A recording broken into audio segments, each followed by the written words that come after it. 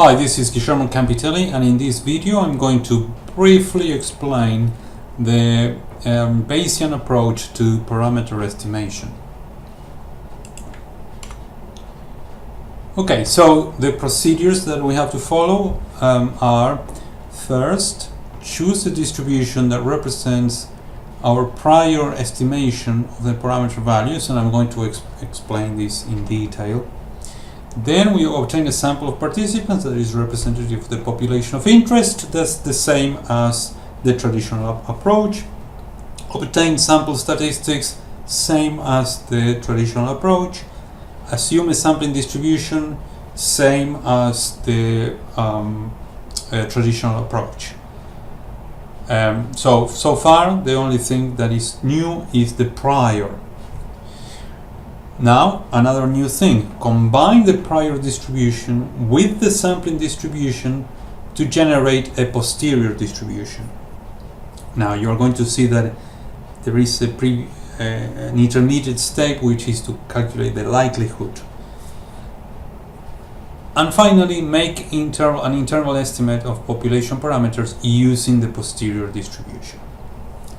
Okay, so it's a bit more complex than the traditional estimation, but it solves the problems I explained in the previous video of the confidence interval that we provide with the frequentist traditional approach is not what we typically want to know, which is to be 95% sure that the parameter we are estimating is within a range of values. Okay, so first step: choose a prior that represents our belief about the likelihood, the plausibility of parameter values in the population. And in order to choose the prior, there are many approaches, and there is a lot of debate in here. Now, one of the approaches, which typically is the safest, is to choose an uninformative prior. Okay, so let's take into as an example the estimation of the proportion of people with anxiety in the population. So the same example I used in the previous video. So the possible parameters values are from 0 to 1, so because they are proportions. Yes. Okay, so basically an uninformative prior gives equal plausibility to each of those parameter values. So basically this is an uniform distribution, or, as I shown before, a beta distribution with 0.5 and 0.5 parameters. It gives us exactly this distribution. So that's a way of saying, well, it's sometimes called naive prior or objective prior. Basically, we say we don't know which parameter is more plausible, so we give equal plausibility to each of the parameters. So that's the prior, is the belief we have about the parameters before we see the data, before even we collect the data. Now, this is one approach, and typically is considered the safest, the most objective. But there are other approaches that are useful, and even in some occasions better than this approach. Okay, so we can use a prior based on previous knowledge. So, for example, let's say that we know it is impossible that the proportion of people with anxiety in the population is 0.7 or more, because previous studies determined that that's impossible. Never found 0.7. So then we choose a distribution that gives 0 or close to 0 probability to parameters above of 0.7 or more. Also, it is impossible that is 0.05, so very, very, very low value. We know it's impossible because we found in previous studies that it's much more than that. So we choose a distribution that gives very little probability to those values very, very close to zero.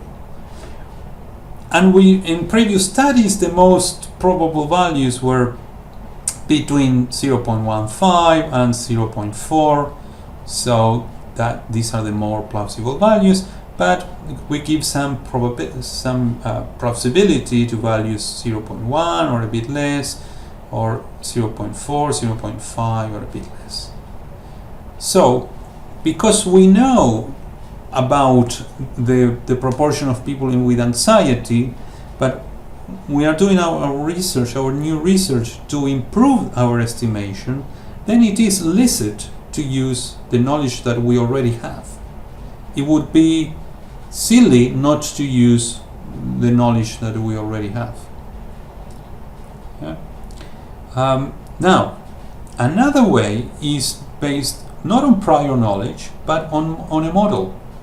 So, for example, there is a theory that indicates that the possible parameters are between 0.05 and 0.555, and the values between 0.2 and 0.35 are the most likely in that theory.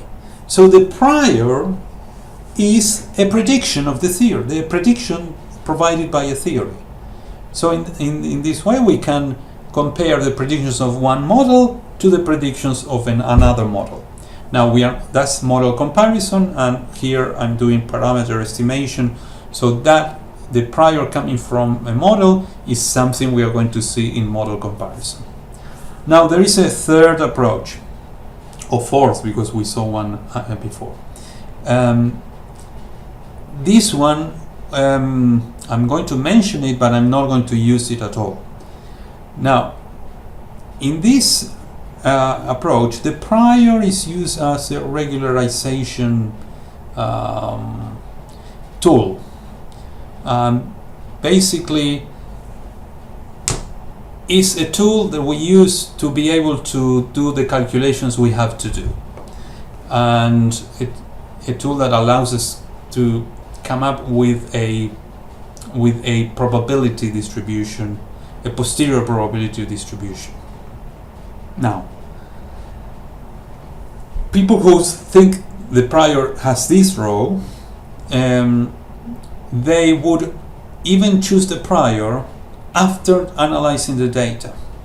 You may think, well, this is cheating. Well, it's not cheating if you tell in advance that you're going to do that, first of all. And second, in this series of videos, we are going to see fairly simple analysis. But consider that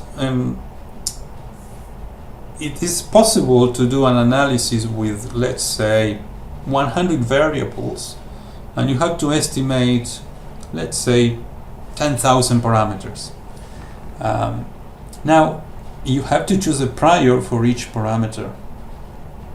It may be the case that when you run the analysis, it's very complex, it's very big analysis.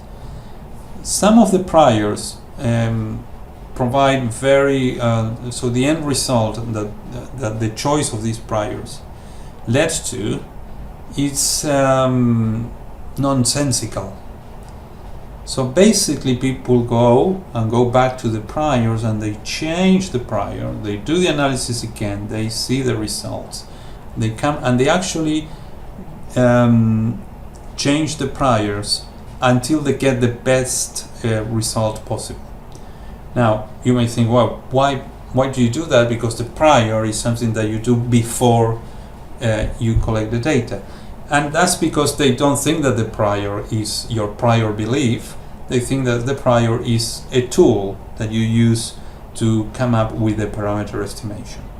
Okay, so I'm not going to use this way of choosing the prior at all, but some researchers do use that.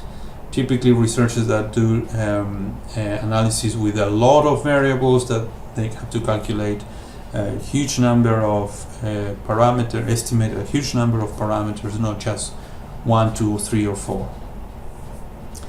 Okay, now we choose our prior, and I'm going to keep the idea that the prior is, before we collect the data, is what do we think, what's our belief, or what's our thinking about the plausibility of the parameter values of the population.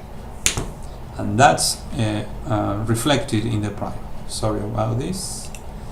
Okay, so I'm going to explain a bit further the prior, and then the other components of Bayesian parameter estimation with an example. And I warn you that I'm going to cheat here.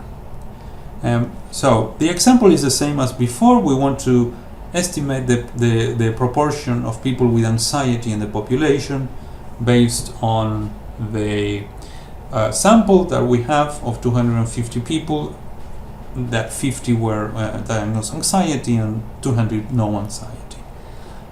Plus the knowledge that we have, plus the previous knowledge that we have.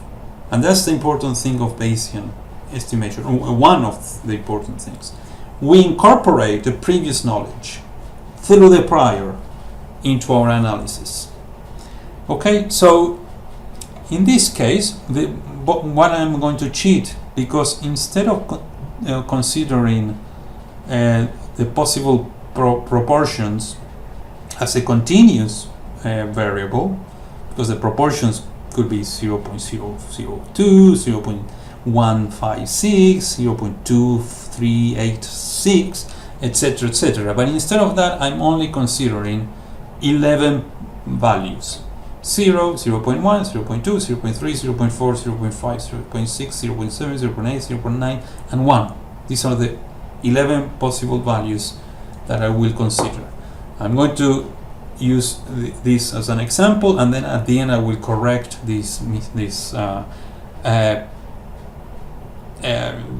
cheating that I'm doing now. But the idea of cheating is to make the analysis more and easier to understand. Okay, so in this case, I chose a prior by hand. So I chose the prior. I didn't use a distribution. Typically, we use some distribution, the beta distribution, the normal distribution, the uniform distribution, or we can use any distribution that is appropriate. So in this case, I did not do that. I chose a distribution that I created myself. Okay, so I'm saying that to me, the most probable value is 0.4, then 0.5, then 0.3, then 0.6, and 0.2, etc., etc. So that's my prior distribution of possible parameter values. Okay, the goal of this study is we come up with what is called the posterior distribution, which is the belief on the plausibility of the parameters after I observe the new data. Yes, okay. So the second step is to use a sampling distribution. So I use the same approach as in the traditional approach. We use a binomial distribution as the sampling distribution. Now, using this sampling distribution, we construct what is called the likelihood. Okay, now I'm going to explain that very slowly because it's a bit of a complex concept. Okay, so basically what we have here is, for the 11 possible parameter values that I consider in the prior, so one of these 11 values is the correct one. So basically we say, if in the population the proportion of people with anxiety is 0, well, in the sample the only value I can obtain is 0. Yes, so that's why there is a spike in 0. Now, if in the population the proportion of people with anxiety is 0.1 or 10%, then this is the possible sample values I can obtain. So in the yes count that I will calculate in my study, well, if the proportion in the population is 0.1, well, values the value 25 is the most likely, and then values away from 25 are less likely. If the parameter of the population is 0.2, remember, we don't know what's the parameter of the population. We are estimating it. Well, the most likely value is 50, and values away from 50 are less likely. If the parameter value of the population is 0.3, then the most likely value is 75, and values away from 75 are less likely. If the parameter of the population is 0.4, then the most likely value in the sample is 100, and values away from 100 are less likely, and so on and so forth. And if the proportion of people with anxiety in the population is 1, I can only have 250 yes counts. There is no distribution, there is a spike in 250, similarly as in here. Okay, so the data we observed was 50 yes counts. So that's why I draw this vertical blue line, which indicates the actual data. So now, what I'm going to do is to create a distribution, but not a probability distribution. That's why we are going to call it the likelihood, this distribution, because it doesn't add up to 1, unlike a probability distribution that must add to 1. If it is a discrete variable that in this case I'm using. Okay, so look at this blue line. So basically we are going to use, it tells us how likely is the parameter value 0. Well, it will be 0. Look, because in this distribution the value 50 is impossible. So it is impossible, based on the data being 50, it is impossible that the parameter of the population is 0. Now, the population of parameter being 0.1, the probability is very low. Look at this distribution, very low, but it's not 0. Now, for the likelihood of the parameter 0.2 is very high. Look, the distribution is the highest, the most probable value of that distribution. Being 0.3 again is low, not very low. It's not as low as definitely this one and these ones, but is relatively close to 0. 0.4, we cannot see the difference, but as I told you, the further away you go from the middle of these distributions, the likelihood is even lower. So likelihoods here are very, very, very low, extremely low, and this one is 0. Okay, so I'm going to construct the likelihood with these 11 values that I have in this blue line cut across. Okay, so I did that, and you can see the likelihood here. So based on the data being 50, and what's the likelihood of each of the parameter values, and you can see clearly that 0.2 is way much more likely than the other parameters. 0.3, you can see a little bit of blue there, but the others are very, very small. So 0.2 is the great favorite, or more technically the most likely parameter value based on the data being 50. Now, this likelihood doesn't take into account the prior. So the next step is to combine the likelihood with the prior to obtain the posterior distribution. Okay, now we did this. This is the posterior distribution. Very similar to the likelihood, except that here these values, you can see 0.06, a little bit more than 0.06, and these values are close to 0, so no way these 11 values will add up to 1. That's why it's not a probability distribution, because probability distribution of discrete values should add to 1. Okay? But look at this one. This distribution, it is a probability distribution, and it adds to 1.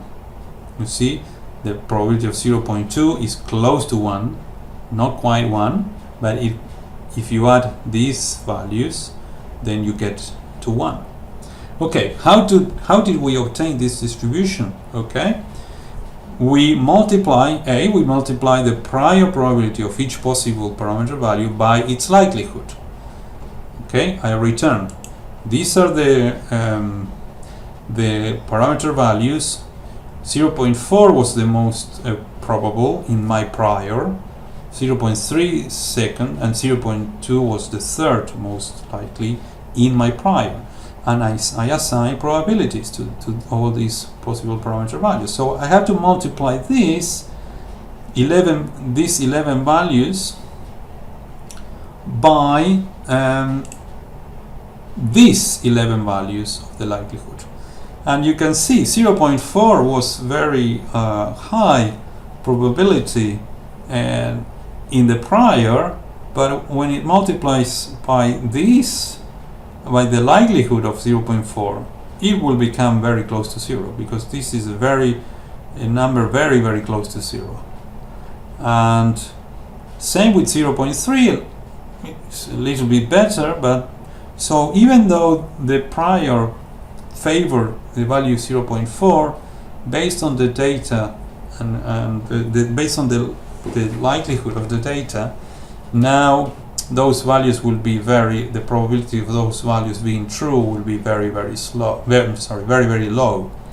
But 0.2 will multiply by this, and we have a much higher value than the other parameter values. Okay, so that was the first step. Multiply the prior by its likelihood. So the prior of each parameter value by its likelihood. Then obtain the marginal likelihood by adding the 11 values obtained in A. So after I do this, so after I follow step A, then I obtain 11 values. I need to add those values to obtain the marginal likelihood, what is called the marginal likelihood. Now, these 11 values will not add to 1 because they are the likelihood times the prior, and the likelihood doesn't add to 1. Okay, it may be the case that it adds to 1 by chance, but it almost never happens. It never happens. So, I've got the 11 values that I obtain in step A, and I've got the marginal likelihood that I obtain in step B. Now the step C is divide those 11 values by the marginal likelihood obtained in B. Now these new values are form the posterior distribution, and these values add to 1, as you can see here. This the 0.2 is almost 1, proportion of 1, but if you add the values of 0.3 and the others, which are very, very small, they will add up to 1. Okay, so I told you that I was cheating because I made a what it should be a continuous variable. I made it discrete in order to be able to explain things a bit more clearly. Now, I'm now going to do a proper analysis. So this shows the prior, and in this case it is similar to the one I chose before manually, but I'm not going to use a formal way of doing choosing the priors, which is to use a distribution. In this case I chose the beta distribution with alpha parameter equals 5 and beta parameter equals 6, and that will give a distribution with a mean of 0.45, around 0.45. Now, then, as a sampling distribution to obtain the likelihood, I use the binomial, the x. So the value, typically in the binomial, we want to know for each possible value what's the probability. But here we have the value because we already know the data is 50. We observe 50 in 250 Bernoulli trials. Remember, Bernoulli, the binomial distribution is a repetition of Bernoulli trials. So n gives us the number of Bernoulli trials, so 50 were successful. And pi, remember, we need the pi as the probability of the binomial distribution. Well, it could be all the values from 0 to 1. Okay, so basically these are infinite number of values from 0.1. So that's why I couldn't explain very well this, but the computer will come up with a way of doing a calculating the binomial distribution, so the likelihood for each parameter using the binomial distribution. Okay, so the likelihood is like this, and you can see the values here are very, very low. 3e minus 55, so it's 0. Followed by 54 zeros and then 3, so very, very low values here, and then the prior is combined with the likelihood, the marginal likelihood is obtained, and then we divide all the values of the combination of the prior and the likelihood by the marginal likelihood to give us all the values of the posterior distribution. But in fact, in this case, I didn't have to do all this. There is a shortcut, another one of the shortcuts developed by statisticians, and that if you've got a beta distribution as prior and a binomial as sampling distribution to obtain the likelihood, then we automatically, the posterior distribution would be a beta, which has the alpha 5 plus the x 50, so alpha 55, and the beta will be the 250 minus 50, so 200, plus the 6, so 206. So this posterior sometimes is obtained by a long procedure that software will do it for you, but sometimes not very often, but sometimes you can obtain it by a combination of the family of distributions that combine well. The beta and the binomial combine very well, and in this case you don't need to do anything. You know that the posterior will be a beta with alpha 55 and 206. So basically we started with this belief on the values of the population, of the proportion of people with anxiety in the population, based on the data alone, without using the prior. This is the belief on the possible parameter values of the population, those again the proportion of people with anxiety in the population, and combining the likelihood and the prior, we obtain a posterior distribution, which is, after seeing the data,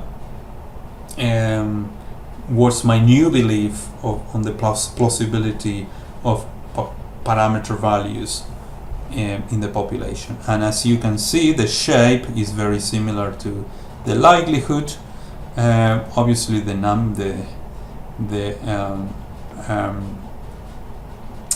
are very different here and there, and basically remember that this is a density distribution, so there is no adding to 1, so that's why we've got densities of 15.